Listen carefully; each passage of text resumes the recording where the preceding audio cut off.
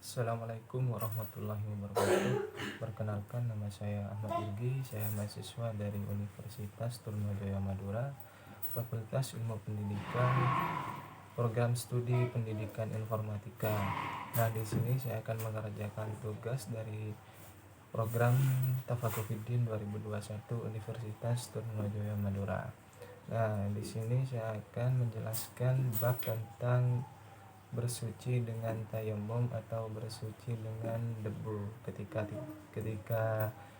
di daerah kita tidak ada air, maka untuk sebagai ganti dari wudhu kita harus bertayamum. Nah, tayamum itu apa sih?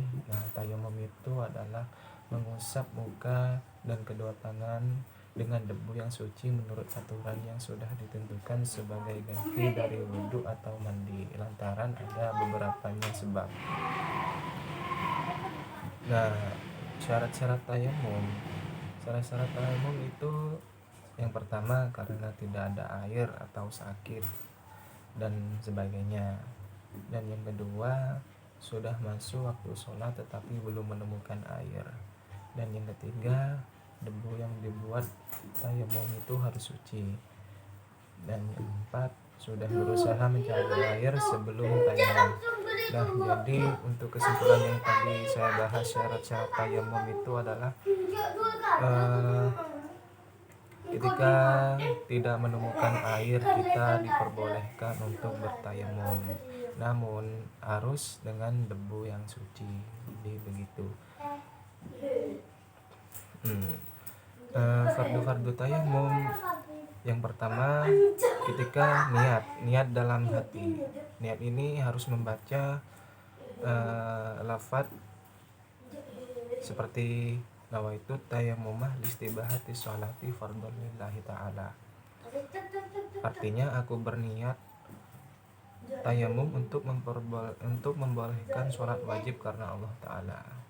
Nah, fardu-fardu tayamum atau rukun-rukun tayamum itu ada 4. Yang pertama itu yang tadi yang saya bacakan itu niat membaca lafadz nawaitu tayammumah listibahati sholati fardhon lillahi ta'ala. Dan yang kedua, menyapu muka dengan 2 kali usapan.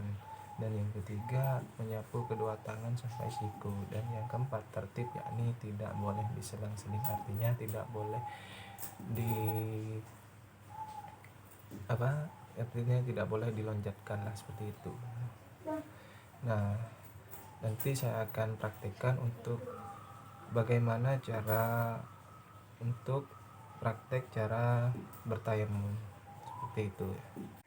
Namun dari penjelasan tadi yang saya bahas, perlu diketahui juga bahwa tayamum itu ada hal-hal yang membatalkan tayamum. Nah, yang pertama itu semua perkara yang membatalkan tayamum adalah ketika melihat atau mendapatkan air sebelum sholat. Nah, dan yang ketiga, murtad atau keluar dari Islam.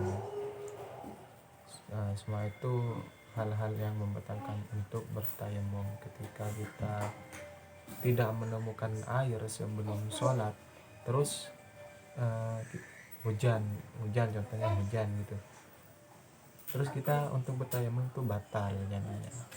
Jadi mewajibkan untuk berwudu. Nah, seperti itu. Untuk praktek bertayamum, kita menggunakan debu dari permukaan rumah, menggunakan tembok dari debu-debu di sini saja. Nah, untuk pertama kita usapkan dulu debu dari permukaan rumah. Ini kan ada debu pastinya.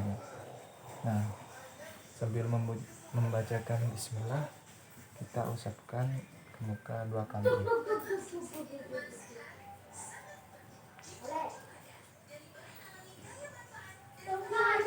Seperti itu. Terus usapkan lagi untuk kedua kalinya untuk tangan.